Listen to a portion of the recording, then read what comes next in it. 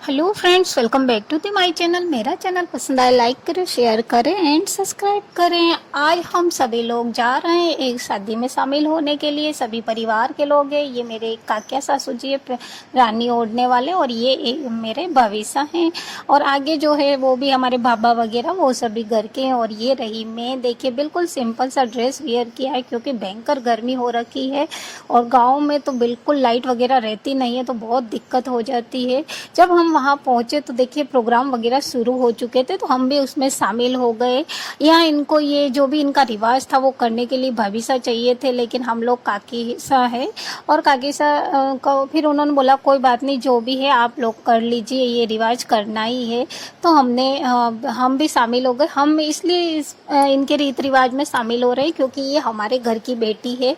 इनके मामू सा इनकी शादी करवा रहे हैं। मामू सा के वहाँ गए तो हम सब लोग जो परिवार के या गांव के हम सब लोग हैं, वो हम वहाँ उनके वहाँ पहुँचे थे मामूसा के घर।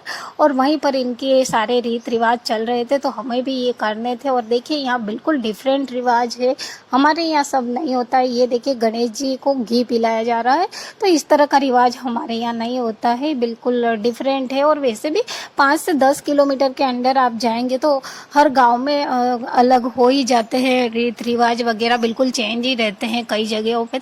तो यहाँ पर भी यही था, और ये तो काफ़ी दूर था, तो बस ये होना ही था। ये मेवाड़ में आ जाता है, हम लोग ठहरे वागड़ में, ये तो काफ़ी चेंज रहता ही है। तो ये इनके काकी सा है, सगे काकी सा है। और ये इनके पहले इनके मामी सा ने कोर दिया, उसके बाद ये काकी सा कोर दे रहे हैं। और कोर देने के बाद पैसा वगैरह देना रहता है।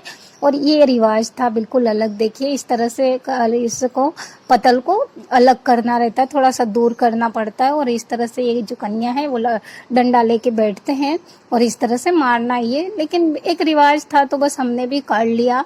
और देखिए फिर अब थी मेरी बारी, तो मैंने यहाँ कोर दिया। उसके बाद मैंने पहले फ़ोटो खिंचवाई, फिर पैसे वगैरह दिए, और उसके बाद में जो भी ये करना था वो किया। तो देखिए मैंने तो हाथ से इस तरह से खींच लिया था।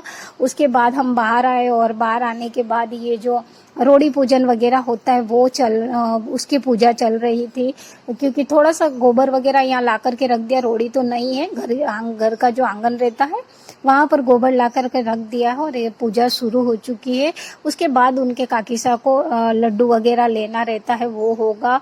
और यहाँ इतनी भयंकर गर्मी लग रही थी ना उस दिन, तो मैं काफ़ी बीमार सा महसूस कर रही थी। तो फिर मैं जिस गाड़ी से, मतलब हम लोग गाड़ी करके गए थे, तो मेरे एक घर की गाड़ी वापस आ रही थी, मैं उसमें जो शाम तक, मतलब शाम को नहीं, रात हो चुकी थी, तो मैं वापस आ चुकी थी क्योंकि बहुत प्रॉब्लम हो रही थी मुझे।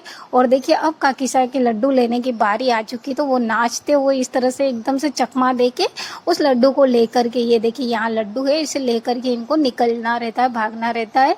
और हमारे भाई साहब ये मार ही नहीं पाए। देखिए इनके ये गिठान बिल्कुल खुल गई थी इस कपड़े से, और ये तो अपना लड्डू लेकर के निकल लिए।